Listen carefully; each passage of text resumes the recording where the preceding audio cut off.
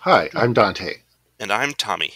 and you're listening to Twigging into the Spiderverse, a podcast where we talk about Sony's most webbed series, Spider-Man. Specifically, Spider-Man Into the Spiderverse from 2018, and not Mrs. Webb, the failed movie from this year, There was a movie this year called Mrs. Webb. called Mrs. Webb. I've never heard About of it. it. It's part of like Sony attempting to build a Spider-Man franchise without actually using Spider-Man. Oh, So they is had the this part Venom of the movies. Spider-Verse thing? No, no, not at all. It's Well, they can't seem to tell. The Venom movies are part of it, as was Morbius, which you probably have seen memed online. That's the And one that then everyone pretended they liked, and they that's the brought it one. back? Okay. Yeah, yeah. And then this Madam Web movie. It was like different villains from Spider-Man movies. Not even like big villains, but except Venom, I guess. Venom's a big one. But random characters, random villains, without actually having a Spider-Man to unite it, which is, an attempt. Doesn't Interesting. seem to be super successful. Okay. Well, that's because Spider-Man's the one that everyone cares about. Yeah, yeah, basically. So yeah, specifically, we're talking about Spider-Man Into the Spider-Verse. Yes, and since there's no audiobook description, we're going to use the IMDb description instead, which is Teen Miles Morales becomes the Spider-Man of his universe and must join with 5 spider-powered individuals from other dimensions to stop a threat for all reality. So, how do we get here, Dante?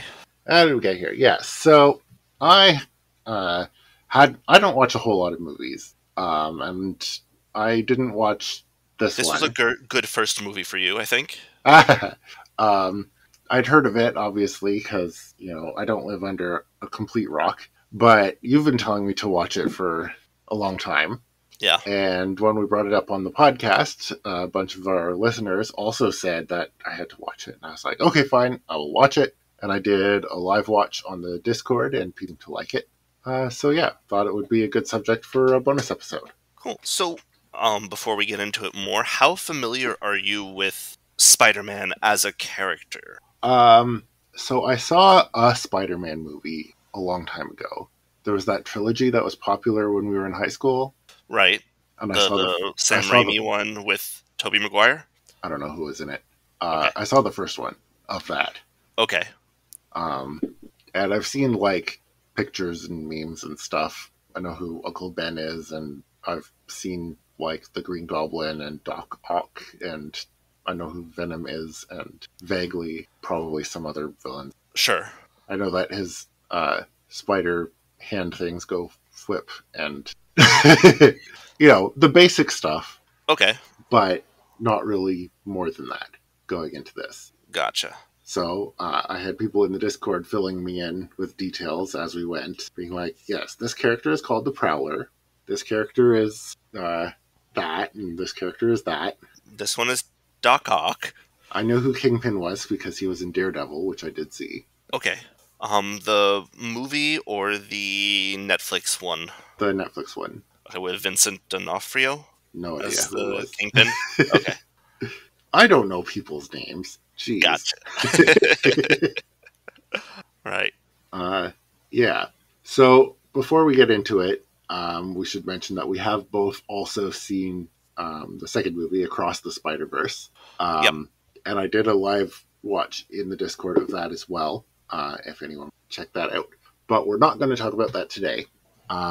We're going to wait till the third movie is released and talk about both of them together. Yeah. Which is annoying because from what I've read online, it was supposed to have already been released by now.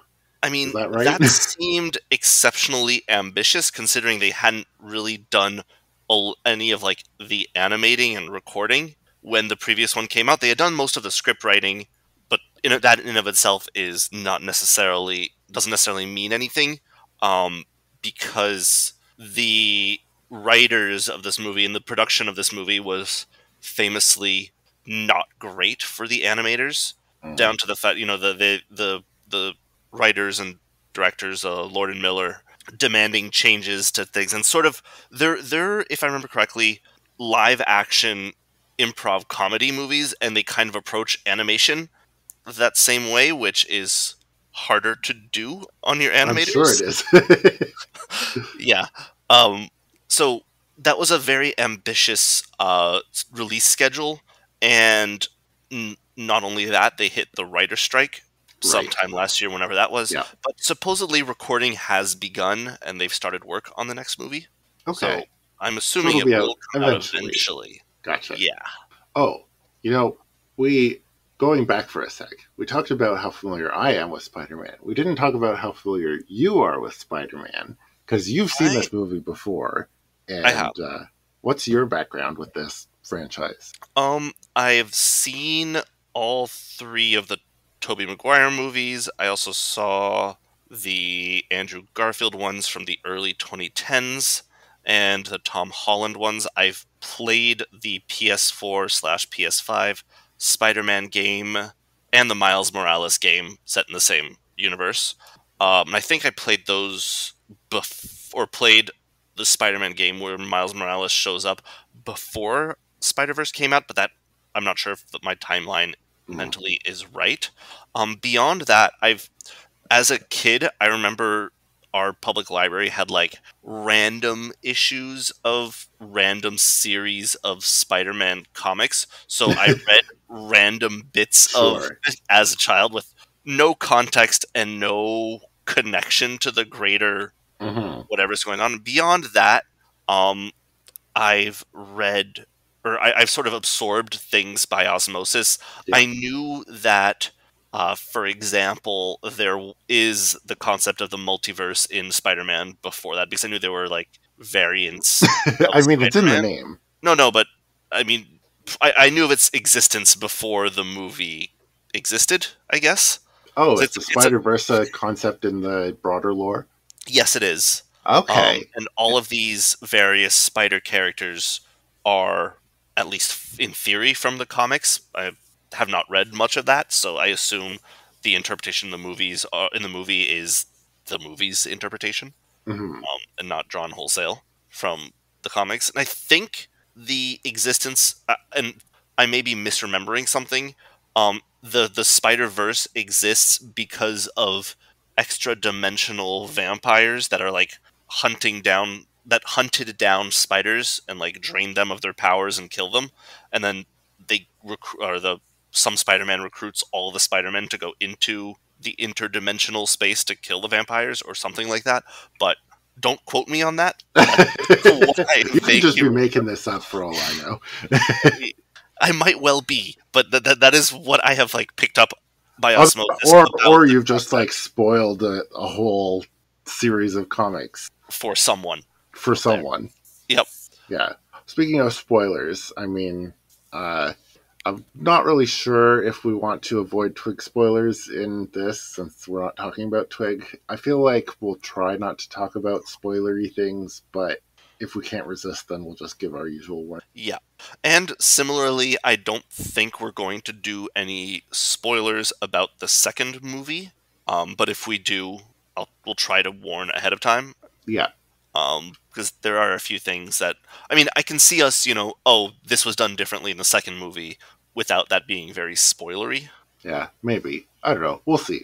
We'll see what happens. This is our first real bonus episode as well, because the last one was just a practice episode. Yep. So, maybe See this how that format goes. won't even work and we'll have to change things up next time. But Sure. I'm glad we're finally doing bonus episodes. Yeah, I we've really want talked about a few different ones. Yeah. I still do want to do, I guess, spoilers for future bonus episodes. We do want to do Mortal Engines at some points.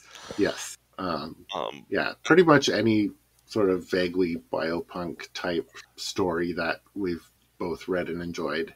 And I yeah, think Radioactive Spiders counts as vaguely biopunk, so we're well yeah, on brand. absolutely. I mean, arguably, Mortal Engines is a bit more biopunk, but or has Yes. elements that are a bit more biopunk. Here, I mean, I guess we didn't put that down in our notes here, but how do you think this falls under how we defined like the punk setting, like cyberpunk or biopunk and all that? If it does at all. If not, I'll just cut this little aside. Hmm. Yeah, so when we were talking about biopunk, we were kind of putting it in the context of like who are the monsters and who are the authorities, if I Yeah, recall correctly. And definitely we have like the who are the monsters type of thing here, I think, to a certain extent. definitely. But in terms of who are the authorities, I mean, there's vigilanteism, Yeah, but and then it's but that, contrasted to the police force yes, and also arguably to Kingpin, who is a known criminal, but also, yeah. you know, I a think that, successful businessman and mhm. holding charity galas and whatnot. I think that Kingpin is presented specifically as like a rich business guy and not like an authority figure Yeah, in this movie. as So I a sorry, go ahead. so I don't think that that would apply. I think that I don't know if I would say vigilanteism counts towards making it like a punk style setting, especially when it's like not fighting against like the police officers, but sort Right. of like working in parallel. Because like the vigilantism is a bread and butter of the superhero genre without it Exactly, being exactly. yeah, So yeah, but you know what? I think it's close enough. If it doesn't count as, I mean, it's just a label. Like it depends who you ask, and I think yeah, it's close enough that sure. that yeah. What I was going to say before, and God, didn't mean to cut you off, is that if I remember correctly, you were saying that Kingpin is just a rich, corrupt businessman, criminal. In the Spider-Man game PS4, if I remember correctly, the Kingpin Tower is located in New York on the location of Trump Tower, Okay, which, I can see the parallel. yes. I mean, if Kingpin were like running for president, then I'm certain definitely, that has happened definitely in there would Spider-Man be. comics at some point. Oh, probably yes. He seems like the sort of person who has his fingers in every pie. Yeah, I think that Spider-Man does mention that. Like Peter Parker, the first one, when he first meets Miles, says, "Cover your face. Don't tell anyone who you are," because Fisk has people everywhere. I think you're right, yeah. Which kind of would imply that not only does he just have a rich business empire, but also has like control in the police and Hmm. the politicians and so forth. So in the So third movie, we find out that Miles's dad is a crooked cop on the payroll of the Kingpin. no, I mean maybe, but I'd be really sad. I would be very disappointed. Yes. Um, anyway, so do you have Yeah. any general thoughts? General thoughts. My first general thought was I thought going in that it was going to be a live action. And oh boy, Um, is it not. I did not realize that it was an animated movie until it started playing and was animated. I am glad you went into that entirely blind then, because I can see that really. I mean, the art style is so incredible Mhm.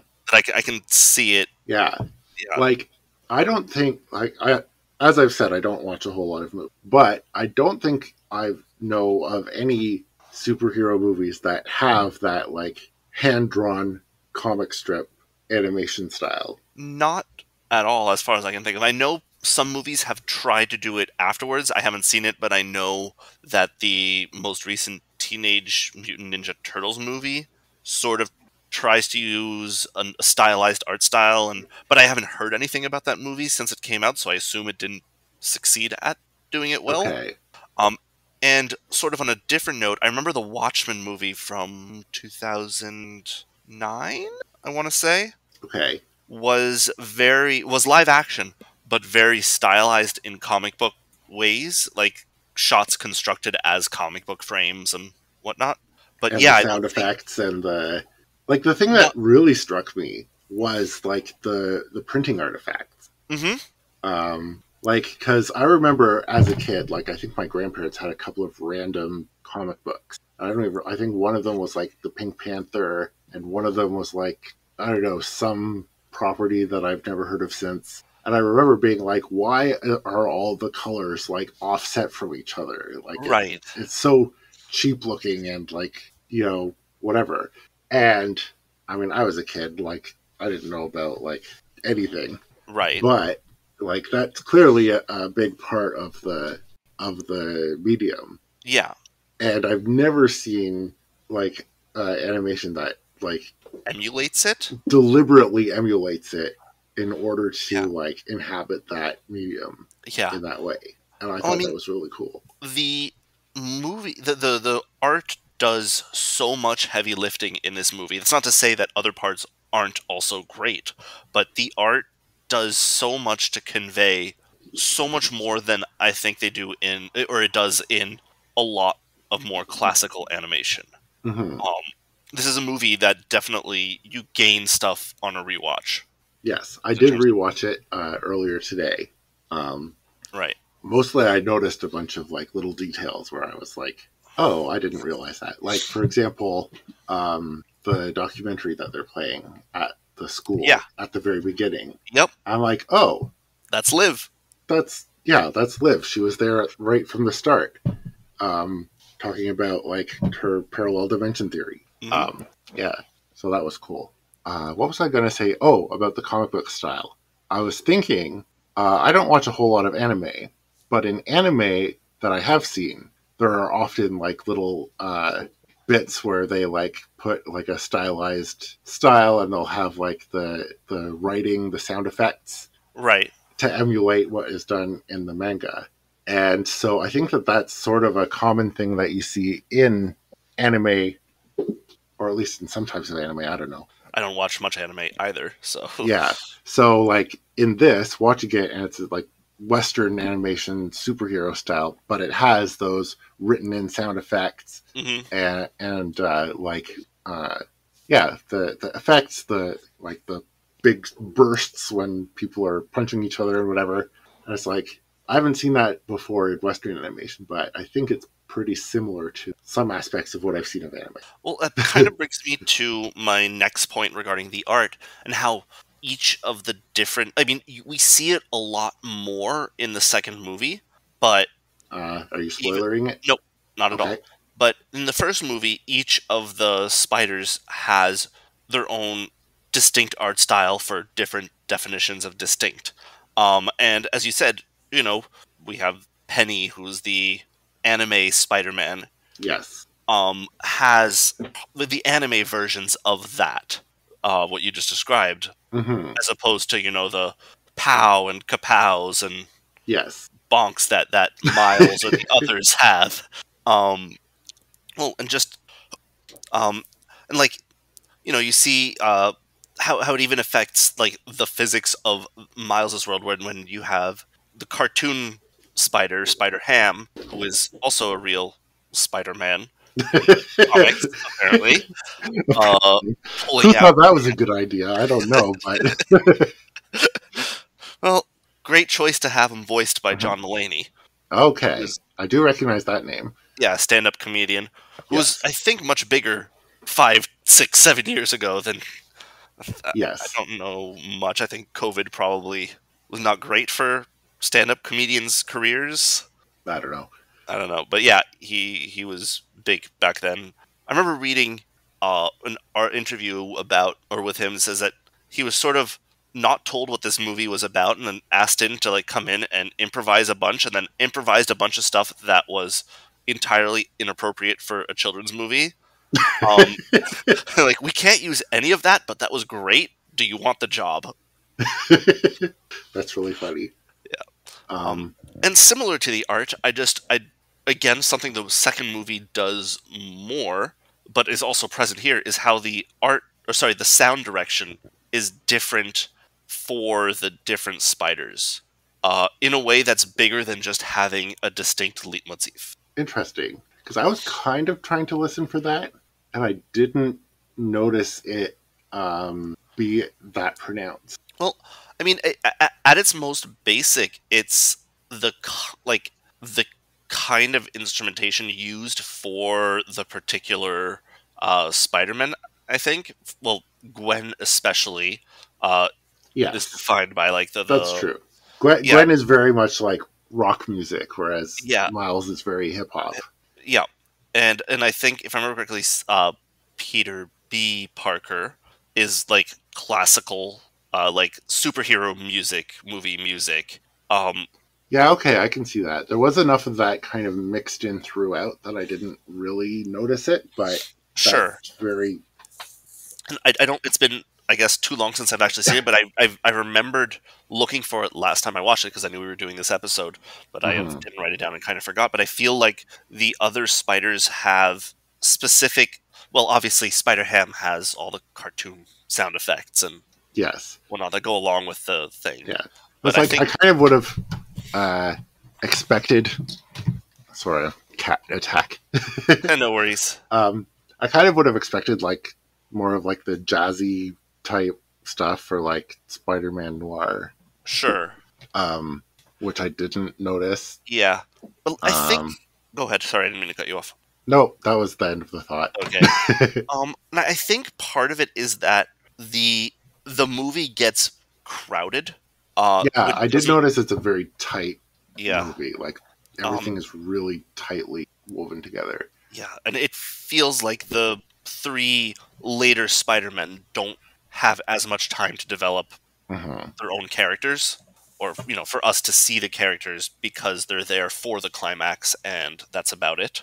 Yeah, I know no, that that's true. originally the original plan of the movie was to like continuously add Spider-Man throughout the movie as like kind of a running gag, and they decided that that would be too much. I think And it I would have been kind of too much. feel like even at this level, it's a bit too much Hmm. to really let everybody shine. Yeah, But like the heart of the movie is really the trio of Gwen, Peter, and Miles. yeah, Yeah. yeah. I agree with that. Though part of the one of the other Spider-Man that they were considering including was an Australian Spider-Man who was going to glitch to death during his introduction to like kind of really hammer in the stakes. And I have to say, I'm kind of Ouch. glad they did not go with that. That sounds a bit Yeah, grim. yeah. No kidding. Well, similarly, this is all according to. I think it's according to I have the art of the movie, the Spider-Man and the Spiderverse books. They're saying that like Peter A's death was also going to be grimmer, as in disintegrated in the particle beam type of thing, rather Yikes. than yeah. But Yeah, that's really interesting. I'm sure there were a lot of good possibilities, but I think they. mhm. Yeah, I'm really impressed with like just how tight it was, where Yeah, everything was like meaningful and tied into everything else and fit well together. Even like we said, the different animation styles for the different Spider-Mans, it meshed really well, uh, despite being really different. if let me remember, you said something. You said that, and it knocked a memory loose. The Okay, so yeah, this will tie into something I'm planning on saying later. But the animation of Miles is 12 frames per second, while all the other Spider-Man are animated at 24 frames per second, which makes Miles a lot more jittery and jumpy and less assured than the smooth movements of all the other more experienced Spider-Man. Really, that's so cool. Like, it's not something you would notice No, watching, but it's something that like is clearly there. hmm Like if that's you think, fascinating. That is really cool. yeah, there's a lot of that going on. That's a really cool decision. Yeah, it also fits well for his animation style too, Yeah, absolutely. Like, which is more like the old-fashioned comic mhm, style. yeah, I feel like low res, low frame rate fits well into that as well. for sure. Um, Normally we would go through and do a summary of the plot at this point where we're doing a Twig episode, but I feel like the IMDb summary pretty much covers what we wrote down anyway. Do you agree? Sure. Yeah. So this is us moving from our thoughts on like the production to our thoughts on the storyline. Yeah. Unless there's Um, something else you want to say. I don't think we need to recap the storyline No. because it literally is just that. Yeah. But I thought it was like I said, for one, when I think of a movie and people who Like watch a movies, movie overall, or like like movies as a concept, the platonic ideal of a movie. I kind of think of them as being like a short story Sure. in literature, where it's like just a single story and maybe there's like a couple of threads but there isn't time to really dig deep into a lot of things. Right. And given that, I feel like there were a lot of things going on in this movie, a lot of different stories happening all at once, which I thought was really cool. Yeah, I definitely agree. I mean, at its heart, it's Miles' coming of age Yes. story. A fairly standard superhero Yeah. narrative at its core. Yeah. I'm going to move this to the top because I think this is what I want to talk about next. Okay. Sounds good. Is the story of Miles and his family. Yeah, I would say I would say that maybe. that is probably the most important. I agree. That is I what agree. that it's like the superhero thing is like set dressing. This is the real hmm I story. agree. I agree. I mean, this whole everything in the movie really plays into or towards the narrative of Miles growing older and feeling out of place, and him and his parents having to come to terms with who he is becoming as a person and like the choices he has to make to become a good adult. Hmm. And in theory, how hard it is for parents to be able to look past your child no longer being a child. Yeah. I Um, feel like one thing that I really appreciated is how well they captured both sides of that dynamic. Absolutely. Because a lot of the like coming of age stories that I'm familiar with are very much from the perspective of the kid. Yeah. But this really showed Jeff's side of that dynamic and him coming to terms with uh, Miles growing up as well. And Which, and playing into that, I really appreciate this part of this growing trend. I mean, I don't know if growing trend, but this trend that of loving, caring, emotional fathers. okay, Um, I mean, think about you compare Bob from Bob's Burgers as a modern TV dad versus Homer Simpson or Peter Griffin, you know, in Family Guy or The Simpsons. Um, I'm trying to think of other examples, but I'm sure they're there. But just of people, and generally, I guess, men in positions of authority being more in touch with their feelings and their emotions and being able to demonstrate that towards their family. okay, yeah. Well, if that's a trend, then it's a good trend. I agree. I think it's a trend. Um, I read an article about it being a trend a few years ago, so I'm going to go with it being a trend. Yeah. Also, I really liked how Aaron fit into all that. Yeah. Yeah, just because it was like not just Aaron's relationship with Miles as his uncle, as like the like I'm aware that Spider-Man's uncle is a position of important Yeah. in the Spider-Man lore. But also like the relationship between Jeff and Aaron was super important as well. Um, No, Even absolutely. though It's it was it's kind of in the background, but I thought that yeah, was shown really well as well. kind of like a for want of a nail type thing for either of their lives. Having each other. Yeah, well, like being each other, that Mm. either one of them could have become the other one in theory, because I think fundamentally they're both decent people, uh, Yeah, even and despite Aaron could have become the police officer, and Jeff the the Prowler. supervillain.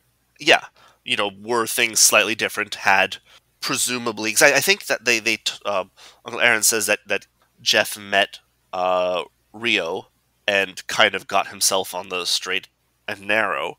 Mm. And, had that not happened, had Miles not been born, maybe there would have been two Prowlers, or had Aaron met someone also, or decided to follow his brother, Yeah, there would have been none. yeah. But Aaron and Jeff are kind of like two sides of the same coin in absolutely, that and regard. they both represent, like, I'm trying to think of the right word here, but they represent two sides of the same coin to Miles, in that they're these, like, adult figures that he can turn to. They're, like, meant Hmm. to be a place of safety. Yeah, and that kind of brings me to realize that as his role models, they're kind of presenting two options to Yeah, Miles, absolutely. It's right? two paths. Right, the lawful good and the whatever alignment evil. Chaotic, artist, bohemian. Yeah. And Miles takes the best of both worlds hmm He, and he ref- forges a path right down the middle. Absolutely, he honors both sides. That's really cool. Yeah, Aaron is a great. Honestly, they're both excellent characters, They're and both excellent characters. I feel like we don't get as much of Rio as a character in the first movie. No, she's really just Supportive, there loving, too. but there. Yeah. She gives him one piece of important advice, which is like our family doesn't run away from our problems. Yeah. As pretty much the extent of her influence on this family dynamic in this movie. Yep. So we move on to the next storyline. You had a line here you wanted to talk about. Oh, let us not move on to the next storyline until I read this one sentence. I wonder if Jeff knew that Aaron was the villain. I assume so. I don't know necessarily supervillain, but definitely knew that he was tied into the criminal underworld. Obviously, he finds out that he's a supervillain when he finds him in the costume. But yeah. I mean, Go ahead. Go ahead. No, go ahead. I was kind of like just thought. I mean, at the beginning, before anything is revealed, you kind of just think like, oh, Aaron's kind of a deadbeat. Yeah. A graffiti artist, vandal, low key, but like. He does say, "I found this place on an engineering job," which presumably means yeah, that's true. He has not a deadbeat, but like, yeah, he's just the chill, casual uncle who doesn't have anybody to like hold him accountable. Okay, so then probably Jeff knows that Aaron is like working for the criminals. If he can't be upset with Aaron for just being a but whether he knows whatever lifestyle, whatever. But as to whether he's, I mean, he didn't look surprised when he found Aaron's body. Sad and disappointed, but not like, oh, why are you sticking my uncle in this, or not, my brother into this supervillain outfit? That's not him. Yes. Yeah. Or even if he doesn't know specifically, like, just like, oh, this is the path that you're on.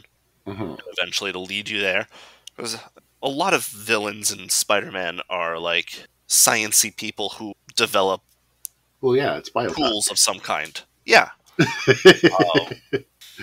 So, again, mostly my knowledge comes from like the movies and the games, but like a lot of them are petty thieves who have developed some unique bit of technology, whether it's wings or like sound guns or like shockwave cannons or whatever, and use it to break into banks. I don't know what that says about the Spider-Man world. But yes, can you imagine what Twig would be like if all of the technology... Pardon? If you crossed it with Worm? No, if all the technology was turned towards bank robbery instead of the various other things that are done. One more thing I wanted to say about Aaron in this storyline plot is just how he dies and how I really don't think there was any other way for his story to end satisfactorily. I agree. If Aaron had not been killed, how do you think the story would have gone on from there? Because I really don't know. I don't know. No, I agree with you. I teaming up with the Spider-Man, no, that doesn't work. Like maybe he would hang up his hat as a Prowler, but like they wouldn't ever trust him after that anyway. Yeah, no, I don't know. Like it would be so awkward. So I mean, it was a great and tragic moment, but it was kind of inevitable.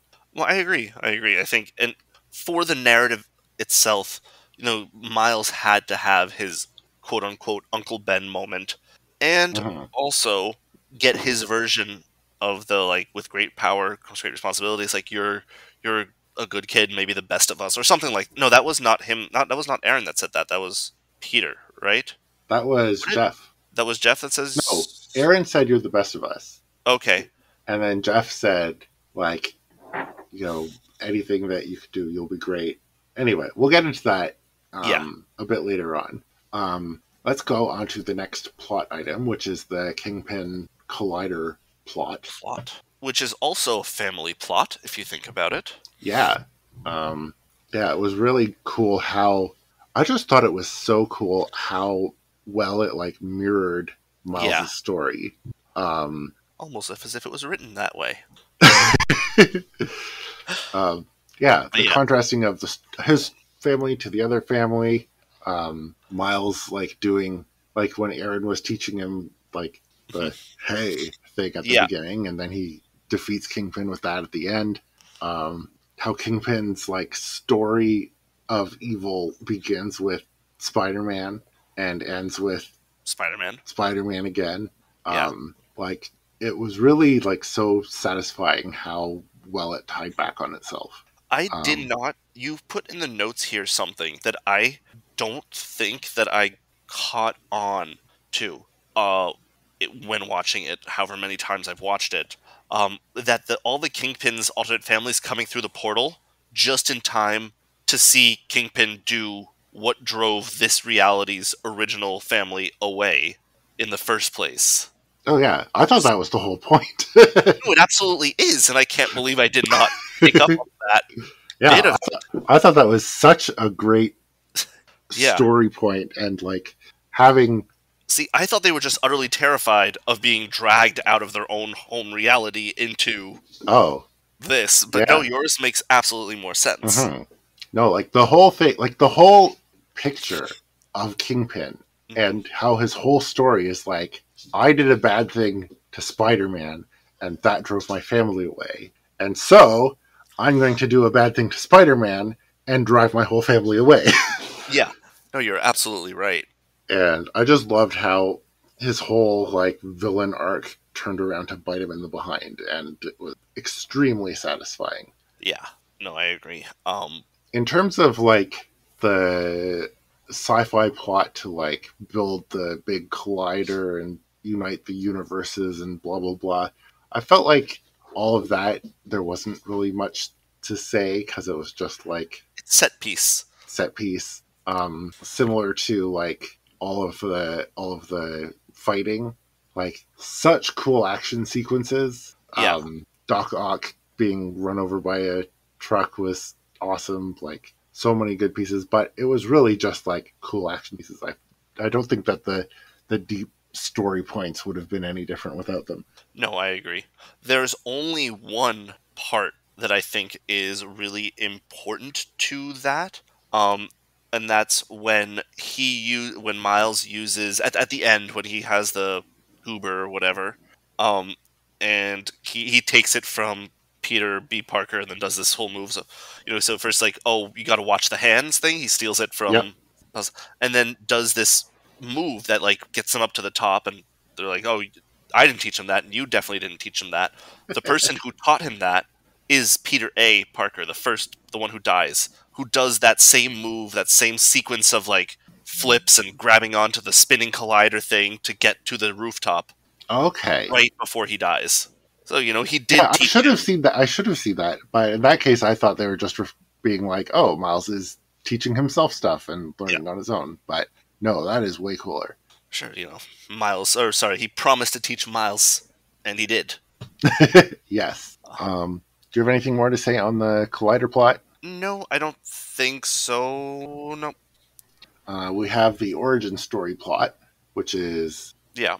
him getting bitten by the spider and meeting Peter, Peter dying. Well, I thought it was funny. Sorry, go ahead. I was gonna say seeing also like that whole sequence at Vision's Academy when his powers sort of activate is great, where he like sees all the like old Spider-Man comics reenacting what he's like living through, and then trapped with Yes. pigeons on All, his hands, and all of his thoughts yeah, appearing as callouts and why are they so loud? Is this yeah. puberty? Oh, that bit with the getting stuck to Gwen's hair Yeah, was so awkward. I love the um, line. I don't think you know what puberty is. yes, I did think it was interesting that the way that Peter died as soon as Miles showed up. Hmm. Like obviously that was important to the story, but it kind of felt a little bit to me like the universe only wants one Spider-Man. Which makes sense with the universe rejecting the other Spider-Men. Yeah, They're exactly. glitching and decaying. Exactly. Yeah. It's like, oh, there's a new Spider-Man, time to kill off the old one. He loses his because there was a lot of plot armor in this Hmm. story. For sure. Like for all that the personal dynamics were extremely realistic. Like they all would have been dead 100 times over in fight scenes like that. Were they not superheroes. Yes. Yeah. And so the fact that Peter doesn't survive to fight another day at the moment that Miles shows up Hmm. feels very like, the universe enforcing the one Spider-Man limit. And I mean, we're not talking about the second movie, but think about that in the context of the second movie too. Mhm. Yeah. Yeah. Um. Yeah. And then the other part of his origin story is Uncle Aaron, but we've talked about that already. Yeah. The next plot line that I want to talk about is Miles and Gwen, who Hmm. I ship so hard. And the fact that they can't exist in the same universe is the worst. Originally, they were meant to be paired off in this movie, but the producers pushed to like drag it out over the course of the movies rather than just in Oh. this. To So you're saying there's still hope. absolutely. Well, I ship them extremely hard, and if they don't have a happily ever after, I will be extremely mad that you insisted that I watch these. Sure. You hate everything else great about it. Yeah, everything else doesn't matter as long as they have their Mhm. happily ever. Yeah, I think they're great. I agree. Even if their introduction was the most awkward thing that ever happened. I we don't have the line here, but or we don't have a section on this. But you putting Miles and Gwen here makes me think also Peter and Miles is an important plot line that does tie into the dichotomy of the Jeff and Aaron relationships with Miles. Okay. As in, he is a shitty version of Spider-Man, learns to become better by, or not necessarily become better, but like reawakens his own hope and passion and all that with his Hmm. interactions with Miles. Yeah. And it really, I think, ties into the that idea of like the great expectations that Miles has sort of thrust upon him. He through that essay at school and like on Hmm. the graffiti that he draws and the pressure put on him from his dad and arguably Uncle Aaron in a different way. Yeah, that's actually a really good point because I kind of wasn't thinking of like personal growth Yeah. plot lines in the context of this plot section. But I did have a note about Great Expectations, which is essentially Miles's personal growth story, Yeah. going from like literally proclaiming no expectations, and then the other Spider Capes being like, "We don't expect you to be able to do anything." Yeah. And then Aaron and Jeff both give him like this really powerful message of like, "You're the best of us. You are a rising star. Anything you put your mind to, you can do it." And like they have great expectations for him, and that gives him the power to have great Mhm. expectations for himself. And for what it's worth, yes, the other Spider Capes are telling him, oh, the opposite, but they are genuinely happy to see him at the end. Like, Yes, yes, you did it. This is amazing. yes. Oh, they're very proud of him, Yeah. and they're like, "We didn't expect anything, and you exceeded our expectations." But yeah, and you're right about Peter too. Like he has this really great and big personal growth Hmm. story in this story that I didn't include on this list. But yeah, that's I super think important too. I think it's important as it's a parallel or a product of Miles's growth or a Hmm. function of Yeah, Miles's because growth. Peter doesn't have any expectations of himself. No, Like he's the failed Spider-Man. he's He's yeah, he's like, schlubby and I can do nothing. I'm garbage, and then he comes to have expectations of himself yeah. and turns that around. I Yeah. mean, that does lead to When one he of my first showed favorite. up, I did not like him at all. I was like, No. this guy is the worst. But yeah, no. Peter was great. Mhm. uh, Leads to one of my favorite lines in the movie. One of them, where Liv is like, I think it's Liv. It might have just been Miles when he has him trapped in Aaron's apartment, tied up to the thing. But it's like, oh, you come from a different dimension. Is that why you are a different shape, like the dimensional warping? And it's just it's a gut. Yep. Yes, dimensional warping. Just like everybody who meets him is just like, oh hey, you're Spider-Man. Why are you thicker than He's just like, I've heard that one before. Yeah. Just rub it in, why don't you? Yeah. All right. Anything else you want to talk about in the plot discussion and plot lines? And I'm sure there are other plot lines that we haven't really Oh yeah, absolutely. alluded Um, to. But those were the important ones, I think. And Hmm. yeah, let's move on to our world building. Sure. Um, I mean, in terms of the world, I feel like it's very much just like our world, but with superheroes. Yeah, I mean, isn't there like, I don't know, instead of the NYPD, it's the PDNY or something like that, and there's Yeah, like I mean, Pepsi there's a couple of Colas. like corporations that are Yeah, switched around, presumably for trademark reasons. Although I noticed that Sony was um, still existent. prominently displayed in a few places. But yeah, so in general, like the world building, I feel was aside from like the structure of the multiverse, which I felt was fairly typical Hmm. for a multiverse story. Yeah. That being said, we do have a bunch of like individual locations that are important, and I Yeah, think and you had a theory about those. mostly theory that almost all of the locations represent places that Miles feels out of place or alienated to, or they are a safe place that gets removed from him, leaving him entirely alone by the time of the pre-climax of the movie. I don't know what the term is for that, but when, Sure. well, I guess the emotional climax of the movie, when he's been tied up and left behind by the Spider-Man, and his, he's gagged and tied up, and his Yeah. uncle is dead, and his dad knocks on the door, Yeah. um, and And he's tells him, unable to respond. and he's unable to respond, and they're both crying and all that. But yeah, every single location except Alchemax, which does not fit into my narrative, represents a place that is taken away from Miles, a childhood that is taken away. So obviously, the Morales' apartment, the Brooklyn, the movie. Well, not the movie, but Miles' introduction is him being at ease at home in this neighborhood, Yeah. saying hi to all these friends, all these kids who we never see again, and presumably Miles doesn't really interact with anymore because he has grown on and been pushed to better, Hmm. bigger things, which is Vision's Academy, where he feels entirely alienated. He feels out of place, and he tries to ruin it for himself. He does not want to be there. Yeah. Um, even his apartment, he tries to go back, and his mom like lets him stay, but his dad is very like, "You made a commitment. You have to go to the school." Hmm. And Yeah. So he doesn't obviously, belong at home. He doesn't belong at school. yeah, and obviously, Uncle Aaron's apartment and the subway art. First, the subway art location gets blown up by By the collider. the collider, essentially. And Uncle Aaron's apartment is where he goes to find his uncle and have a refuge and a place to safely hide, is the lair of the person who has been hunting him. Yes. Uh, Similarly, the super collider is basically just a big set piece, but it also is a place that removes, like, that yanks away that bit of hope that he's going to not be alone by killing off the original Spider-Man, who, by the way, Hmm. is voiced by Chris Pine.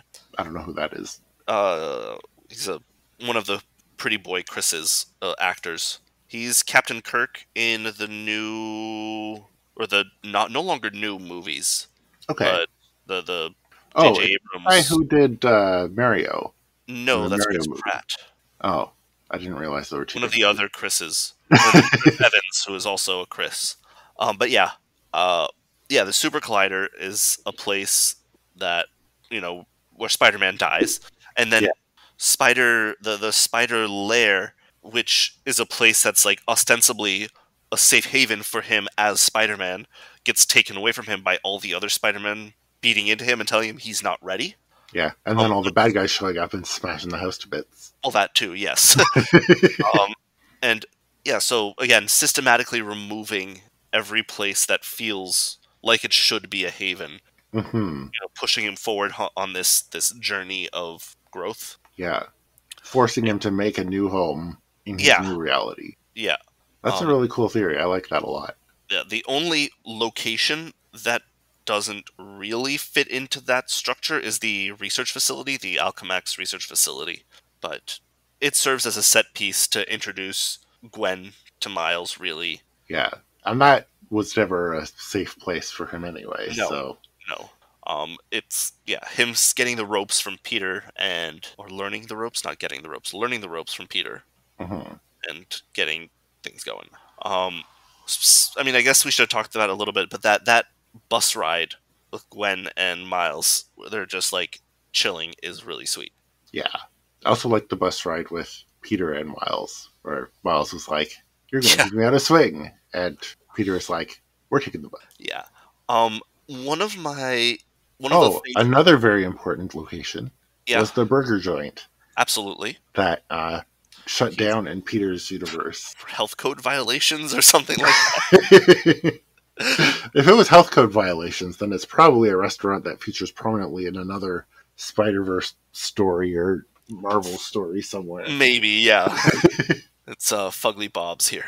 Yes, exactly. I was gonna say I really enjoyed in the first Tom Holland Spider-Man movie, which is the ones that fit in the Marvel Cinematic Universe. At some point, he's forced to go, or he is forced, but he goes out to the suburbs, and it really reinforces why Spider-Man needs high rises. He's You like can't swing from a tree or single-family telephone home. pole, basically. It's just a really funny scene of him like jumping and running through backyards to catch That's someone. hilarious. Is that the Spider-Man who was in Civil War? Yeah, Okay. yeah, I did see that. That was a movie with Spider-Man in it that I've seen. that is true. That is true. Yep, that's his introduction to the Marvel Cinematic Universe. Yeah. Right. I think we've really talked about. Or is there anything else you want to talk about in terms of locations? No. Do you want to Yeah. move There on were some to? fun set pieces. Yeah. But really most of them were set dressing and just like places to kick Miles out of. Yep. Speaking of which, I think we've largely covered Miles as when we get into our character section. Is there anything you want to talk about Miles specifically? I feel like his passion about art and music is really interesting. Yeah. Because like he like a lot of it is like about his skills as Spider-Man, and he starts Hmm. out being like, "Oh, I'm no good," and at the end of it, he's like, "Yeah, I'm good at being Spider-Man," but like he has this whole other set of skills that he's really good at. And Yeah. like Aaron sees it and helps him put it up, but like And I think his dad sees it, but like kind of doesn't want to accept it as like a good path in life. I did like that was his dad's reconciliation point at the Mhm. end, where he's The like, why don't we find a nice wall to throw up your art? yeah, yeah. Even stumbling over the word, like, what do you used to call it? Throw up. I am certain he's pretending that it's not a like. 'Cause, Yes, Aaron is like, "Oh, me and your dad, we used to do this all the time." yes, Yeah. that's true. um, yeah, and I also thought it was fun, like when they were in the Alchemax facility and he was still sticking to everything, Yeah. and Peter was like, "Relax, relax. What do you do to relax?" And then he just starts like singing, Hmm. and I was Yeah. like, "Yeah, like, Speaking of the music, I really enjoyed how a lot of the hip hop was non-diegetic.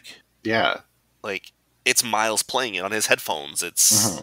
That is non-diegetic, right? Rather than diegetic. I don't I remember don't which one's remember." which, but I think it's non-diegetic. No, it is diegetic. Non-diegetic is the opposite. Most of the music, most of the hip hop is diegetic. um, yes, quite a lot of it is people listening, which is really cool. Yeah, and it he does stuff with it with like someone seeing him through a window. The music is a lot more muffled all of a sudden. Or Yep. yeah, I thought that was really cool, and it does serve to show the world through Miles, as really gives us the feel and tone of Miles's view of the world. Yes. Because again, when we're seeing even Peter A. Parker at the beginning, it's like superhero music. It's like all like actiony and strings and horns and violins and Hmm. like what you expect from Tobey Maguire's Spider-Man movie or Yep. All of whatever the other else. ones. Yeah, yeah, Yes. he's a classic, straight up Spider-Man, whereas Miles is not. Hmm. Well, yeah, that reinforces like one of the points is like anybody could wear the mask. Yep, Uh, yep, absolutely. yeah. In terms of the other Spideys, I mean, we've talked a lot about the two Peter Parkers. Yeah, Like Peter B. Parker is like we talked about a bit about his character Punch. growth and how he was kind of awful at the beginning. Hmm. But on the first watch, I was just like, this guy is awful. On the second watch, I was like, this guy is awful in a fun way. Yeah, well, he's like awful and like, okay, I just need to solve this so I can go home and continue being miserable. I don't want to Yes. like make friends or connect with anybody because that never works out. Hmm. Which honestly was a point kind of all of them. Like that was a big point for Gwen as well. True, that is true. And that's not something we've really talked about, but I guess it's the idea that being Spider-Man, I mean it's sort of what we were saying earlier about Miles, it's a coming of age story and Miles being alienated and like his examples as Spider-Man are everybody telling him except for Peter A. Parker, again the one who teaches him how to be like his original world Spider-Man. All the other Hmm. Spider-Men are like, no, don't make friends, it's not worth it, you just get hurt. Whereas the successful Spider-Man in his world clearly has a successful life, has friends, has people caring for him. Yeah. And I think that's a good example for Miles. Hmm. Yeah, definitely. Like, you know, Peter B having a failed relationship with, what was it, Yeah, MJ? yeah, But Peter A had a good relationship with her. yeah. And, And the fact, and there's also the fact that everybody, like so many people, turn out for this vigil. mhm. And I mean, it's certainly possible that because Peter B is all depressed and miserable, that he doesn't realize that he has that same kind of support at home. Yeah. But I can also see it being like, oh, he's just been failing as Spider-Man for a while now, so people don't really show him that kind of appreciation. Yeah. Like it becomes sort of like a self sabotage Yeah. situation. And Definitely. similarly for Gwen, we don't really see much of her world in this movie, but she also Yeah. has the concept like don't get close to people, don't get friendly, and Hmm. I, But I I don't would, think we've really seen like a self sabotage besides of just like isolating herself. right. No, I agree. Yeah. I do have to say, I really love Gwen. I think she's the greatest. Um, Absolutely. she has like her entrance at the Alchemax Center Hmm. as Spider Woman is like one of the most epic moments of the whole film, and it's just Hmm. like so great. Just like the Like, change in music, the guitar riff, and then mhm. And then she's Shadow. like, you know, turning Spider Man moves into like dance moves Yeah, essentially, and and wearing ballet gymnastics, and flats, which just seems yeah, super uncomfortable to be Spider-Maning in, but yeah. And I'm just like, this girl is so cool. hmm And of course, she has the cool the epic. What is it? What am I trying to say? The badass action heroine haircut. Miles doesn't get to talk about the haircut. No, I did. I thought it was. I thought it was interesting. I thought it was smart Hmm. how they made that awkward hair stuck to hand thing so that they Awkward. could give her the badass Yeah, haircut, but not reveal that she was badass until afterwards, absolutely. It which is I thought great. was really clever. Um, yeah. And aside from that, she's just. I feel like for as much as she's like an important character and clearly a really awesome superhero and really cool, she doesn't really do much besides be a love No, interest for well, Miles. yeah, she's secondary to the relationship between Peter and Miles, Yeah, definitely. and where she is secondary, the other three spiders are like tertiary or quadrutiary. Yeah, They're there we're not even going to talk about them in this really. as Besides characters. acknowledging that they exist, because They're there. They're they were important. literally 2 dimensional in every way. Yes, they exist to really reinforce how varied and wild the Spider-Verse can be. Mhm. And also, in the case of Spider Ham, just be like Cartoonish. comic relief. I mean, I'd say Spider-Man Noir also is. That's true. The whole Rubik's Cube gag was really funny. There's always, there's always wind. I don't know where it comes from, and the was I it? liked him a lot. Oh yeah, he's voiced by Nicolas Cage. Oh, that's cool. Yeah, which just seems like the kind of role that like Nicolas Cage. Oh, this sounds hilarious. Sure. I liked Spider Man Noir a lot. Mhm. I didn't like Spider Ham very much because I thought Too silly. the whole concept of him was extremely stupid. But the other two, like Penny Parker, I really liked her as well, and her little spider friend in the Mhm. robot. Yeah, I they were like, very likable despite not having much yeah, characterization. depth. Yeah, I liked that they chose her specifically, Penny Parker, because her spider powers are just very different from the rest. yeah, Um, and just to again to show how varied it can be. It's not just like, oh, different versions of web slinging and all that. yeah. That's a good point because like all of the spider things were the robot, Yeah, she has a and psychic connection to the robot or something like that. she had the psychic uh, connection to the spider that Spider, lives in the robot. yes, correct. To the spider driving the robot. Hmm. Um, Yeah. So and yeah, again, that's that. I don't know that I've seen this articulated elsewhere, but this is really going into the whole anybody can be Spider-Man. yeah. Even a stupid cartoon pig Yep, exactly. who has eyes for nostrils. um, yeah. After we said we're not going to even talk about them, and we had a. Here we are. In terms of other people, we've talked a lot about Jeff and Aaron. I kind of feel like Um, we've covered everything that we've written here.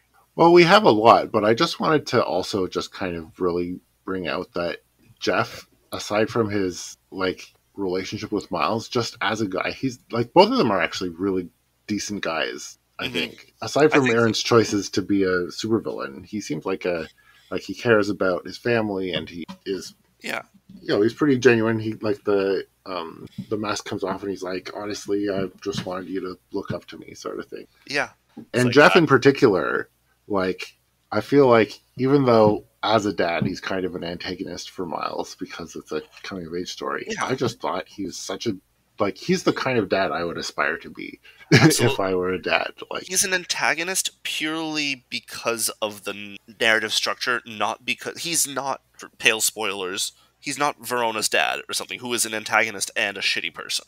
yeah, no, he's a good person and he's a good dad and He's he's just, like but he, silly and whatever in his yeah, own little way and he's trying his best and like I really appreciate what he does but there and is still his conflict because Miles is getting yeah, older, and it's just, it's hard yeah. to So like, like despite the conflict, despite like the story developing between him and Miles, I just think that like just as a character, I thought he was really great and absolutely, I liked him. I really liked him a lot. yeah. And other people who are not supervillains or whatever, they're supporting characters. I'm just mentioning him as Genki because he's Who's Genki? Miles's roommate, who I know His is, roommate has a name? yes, who I know exists largely because of the Miles Morales Spider-Man game, Okay. where he is a much bigger like best friend type thing. So I just wanted to note that he exists because he exists in the setting, and Okay. he exists in this movie because of that. Noting that is why there Yeah, is a he's character. literally just like an obstacle in the Absolutely, movie. yeah, Although I liked at the end where it was like I finally met my roommate and then yeah, there was the little best buds sound effect. hmm, Which was fun. yeah. And then Uh, there's Aunt May, who's also a supporting character, and yeah, and she like vaguely from what I would have remembered, I would have thought she's just like, oh, a nice family member, supportive, yeah. but not like this badass lady with like Well, Alfred level of control technology over and the spider cave. yeah. If I may mention though, in relation to Aunt May, Doc Ock at some point says, "Oh, my friends call me Liv," and May at some when they show up, the villains show up at her house, says, "Oh, great, Liv is here." Yes, I noticed. Which, I noticed that because someone pointed out in my live read that in like Doc Ock is usually a guy, yes, which is one of the reasons I did not expect Liv to turn up out to be Doc Ock. nobody did. Um, but also mentioned that in some versions of the story, in some versions of the lore, Doc Ock dates Aunt May. Oh, I was unaware of that.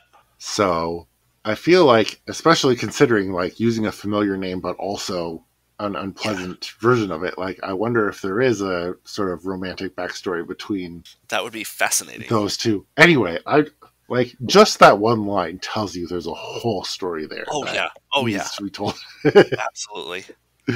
Um, I really liked. I'm jumping ahead from the Kingpin because we're talking about Liv here. But I really liked her incarnation of the tentacles rather than these like solid metallic things. They're these pulsing. They're I know they're like a real science thing tool, but not on that scale. But like the inflatable pneumatic tubing meant to Okay. manipulate things. I'm actually gonna look that up really quick. Manipulators. Yeah, okay, yeah. There's a papers based on this kind of thing, like robotic arms with thin inflatable shells. They just think it's a really cool modernization of the old style big robot arms that Doc Ock used to have, Yeah. and which, incidentally, the Doc Ock in Gwen's world has still the robot arms. So you see her get punched by them at some point, Oh, cool. right before she gets dragged away. Interesting. I didn't notice that. Yeah, but yeah. Um, Yeah. It also suits her. Like, the way her character is designed, it really wouldn't make sense for her to be, big, clunky metal oh, suit absolutely. type No, she's like character. this. I love her introduction because she just seems like this quirky, kooky, like sort of hippie academic. Yeah. The sort of person you'd really like if they weren't a supervillain, kind of like Uncle Aaron. Yeah, yeah, exactly.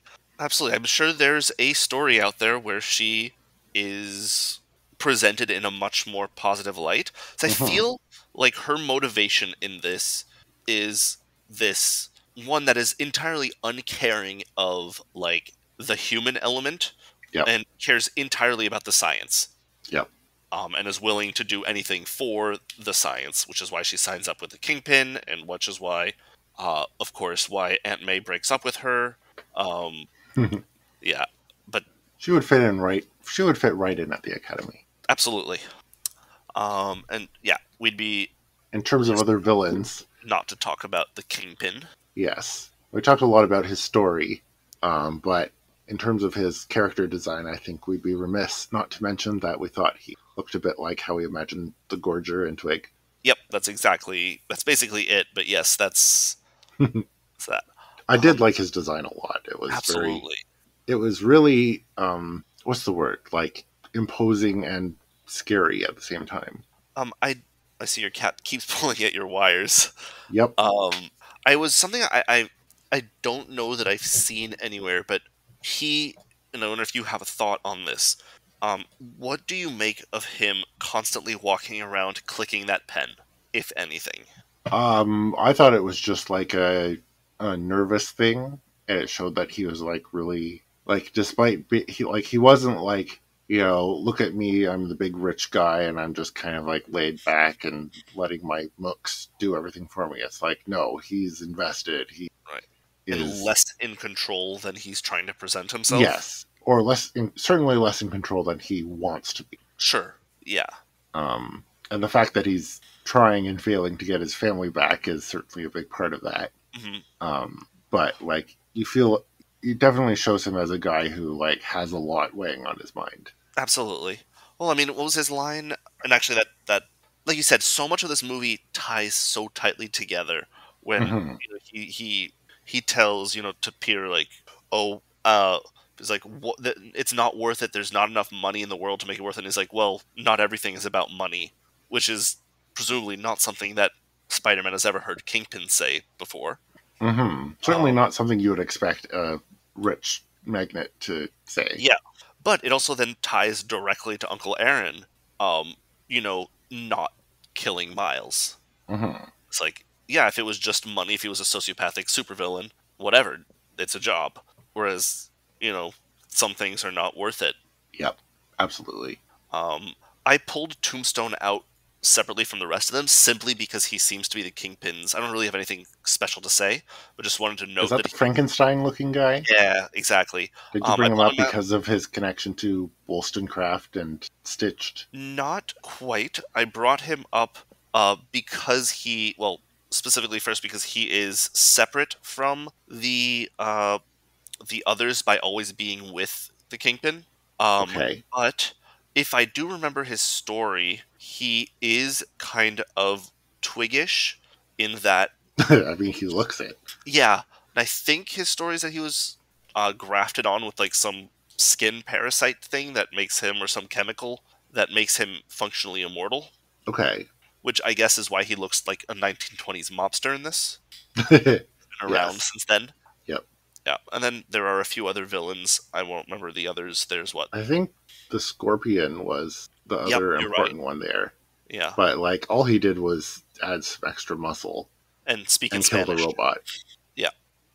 And his speaking in Spanish being translated by the callouts was fun. And there was the Green Goblin at the beginning, who was Oh, like that's the true. only villain that I actually recognized. Um, No, that's not they true. He was a villain that I almost recognized. I'm like, I think that guy looks like a goblin and he's green, but he's like a million times bigger than I thought the Green Goblin was supposed to Norman be. Defoe was in the Tobey Maguire movie. Apparently, yeah, I remember reading, I think in the art book, that they made him giant just basically because they could. And he wasn't going to be a main villain, so they could just do something fun with him that was just like play with scale in a different way than uh, you know, people have done before with him as a villain. Yeah. Anyway, I did like it. It worked really well. Yeah, I agree. Yeah. So I think that's all I had to say about the characters. I And think that brings us to the end of our content. Yep. Do you have anything to recommend? I don't right now, but For recommendations, yeah. I'm currently reading a book called Blind Sight, which I'd never heard Okay. of before. You But mentioned I it. was Yeah. listening to the Kingslingers podcast, and Matt said that it was one of his favorite books. Okay. And I was like, well, I mean, sounds worth looking into. So I downloaded the audiobook from Audible, and I'm listening to it, and it's pretty good. Okay. Reminds me a lot of like the Murderbot Chronicles, if you've read those. I have not. Those are really fun. I would recommend those, definitely. I'll let you know whether I recommend this one when I'm done. Okay. Um, If it is your favorite book of all time or not. it won't be my favorite book of all time, but it is very fun in that, like, it's essentially a sci-fi first contact situation. Oh, interesting. But it has some interesting twists. There's a lot of like biomanipulation in it, which makes it kind of relevant for us Mhm. specifically. Sure. It has vampires in it, which is unusual for a hard Okay. sci-fi novel. Yeah. And honestly, I think it's probably worth reading just for that premise. Wait a second. Is this the one where maybe not, but I heard I've heard through cultural osmosis of a book where aliens invade Earth and vampires come out of hiding to protect Earth because they can't have they can't have the aliens kill off their feed. That doesn't sound like this one. Okay.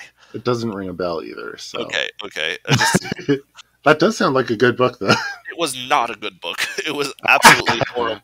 It was like the shittiest, not the shittiest. I'm sure there are worse out there, but one of the worst like mill sci-fi books. I don't really enjoy that as a genre where it's all like gun porn and airplanes and like these numbers and this caliber and this, Sure. yeah. And then all of a sudden vampires taking over the human resistance to kill aliens because they have to Yeah. feed them No, human. this is more thoughtful. This is like, more like it's kind of like The Martian in a little bit, in the sort of like, this is how we overcome difficulties with Okay. space travel. It's kind of like Murderbot in that it's like, this is how people with unusual outlooks on life deal with interacting with other people in this sort Okay. of sci-fi world. Yeah, it's very interesting. Okay. I I'll don't know look how it's into it. going to end, but it's, yeah. How about you? What have you been reading recently, or watching, or I listening to? Not much right now. Had family visiting and we did a bunch of stuff. We took my son both to Park Omega and to the experimental farm this weekend, which was a lot of fun. Fun. So a lot of animals for him. Oh yeah, those are both great. Yeah, he likes the animals. You know, it's just wild to see the development between like almost week to week in a baby. Like, Yeah, for sure. just Yeah. the just especially like cognitive ability. You know, he has agency now. He tells us no, he doesn't want something, or yes, he wants something, or like if he wants to go somewhere, he knows how to point. He started making like words, proto words, Aw, which he's is got a personality. Absolutely. I know, like, we're scrambling his poor brain by doing 3 languages at once, so Oh yeah, it's for gonna sure. take him a lot longer to talk, but Well, ultimately, I think it's a it's lot for easier now than it ever will be. yeah. Yeah, it's gonna be for the best, ultimately. Yeah, Yeah, he's so going no, to be very lucky to have that. Hey, stop reading yeah. that. Yeah, I don't have any books actively reading right now. I need to go to the library this weekend. I think that's on our list of things to do. Find. Library is a great place. Yep, and it's a good place for a baby also. Yes. Well, toddler, I guess. I shouldn't really call him a baby anymore since he walks. Okay. I don't know where the line is. I don't really either, but I assume a toddler toddles. That sounds about right. Yeah. Yeah. All right. So, everybody, thank you for listening. We appreciate it very, very much, and we hope you'll continue along with us as we get back into Twig in our next episode, which I believe should be releasing simultaneously to this one. You can read along with us at twigserial.wordpress.com, and if you do, or even if you don't, please go to Wildbow's Patreon at patreon.com/wildbow and support him. It's how we can produce all these great stories and settings. Um, I think we have a discussion question active from our previous episode, but I don't have it off Yes. the top of my We'll get into that in Okay. our next one. Yeah. You can reach us as usual at totwigpodcast@gmail.com. totwigpodcast on the platform formerly known as Twitter. Our Reddit thread in r/parahumans. Our discussion thread in the Doof Discord. Thanks to them for helping us out. And I should mention, because I realize that we keep saying we're in the Doof Discord, but we never say anything about how to get to the Doof Discord. Oh, yeah. And I think it is, let me just double check. Anyway, in our next episode, we will be getting into Arc 4 of Twig, just while Dante is finding that. It's doofmedia.com/discord. Perfect. All right. And I believe we have a Spider-Punk fact, a Hobby Brown fact. Yes. So, do you want to go ahead with the fact that you found? Sure. 10 facts about spiders. Spiders are everywhere. There are a lot of spiders. Not all spider bites are deadly. 4. Female spiders have a large appetite. Spiders love to do the YMCA. Spider silk is strong, and spiders have blue blood, and spider silk is liquid. Thank you. Good night. I feel like some of those aren't even true. I have no idea. That was my result, just out of curiosity, searching 10 cool spider facts. And that was Google's result for 10 cool spider facts. Spiders are everywhere. There are a lot of spiders. I especially love the fact that only number 4 has a number. Yes. And I do like spiders love to do the YMCA. I have no idea what that's about, but I don't either. But yeah, you went and found an actual spider yes. fact. And actually, it's interesting because we were talking about Doc Ock and her inflatable pneumatic tubes, and I was reading about this thing that some scientists were doing a couple years ago in 2022. Some researchers at Rice University in Houston, Texas, designed a grappling hook made out of dead spiders. Elaborate, please. Yes. So the thing about spiders is that the way they flex their legs is not just based on muscles, but also hydraulics. Okay. So, like, they have muscles that will flex the legs, and then they push their blood into their legs to extend them out again, which is why they curl up when they are dead. They don't have that hydraulic force, so the muscles tense and their legs go in. So the muscles only work in one direction, essentially? Essentially. It's like muscles pull in one direction, and then hydraulic force pushes out in the other direction. Okay. And so these scientists were like, I wonder if we can use this hydraulic force to, like, control the motions of a spider's legs. And so they built this little hydraulic mechanism where they could, like, pump fluid into the spiders to make it open, and then pump it out again to make it close, and pick things up with it. That sounds horrifyingly gruesome. It does. And they won the Ig Nobel Prize in 2023 for it. For anyone who's not familiar with the Ig Nobel Prize, it is awarded as a satire to celebrate unusual or trivial achievements in scientific research. I don't know that this one is trivial. I agree with unusual, but I mean, I guess on the grand scheme of things, it is trivial, but, like, it also seems very horrifying. Yes, but also it seems very appropriate for like our podcast. Our podcast. No question. This is absolutely the sort of research into spiders that they have at the academy, or Yes, that they had, long before. Yeah, I was gonna say, but those spiders are still alive and giant. Uh-huh. Yes. Yeah. Yeah. Right. So that's a fun fact. Thank you. All right, have a good night, everybody. Thank See you. for listening. We'll talk to you later.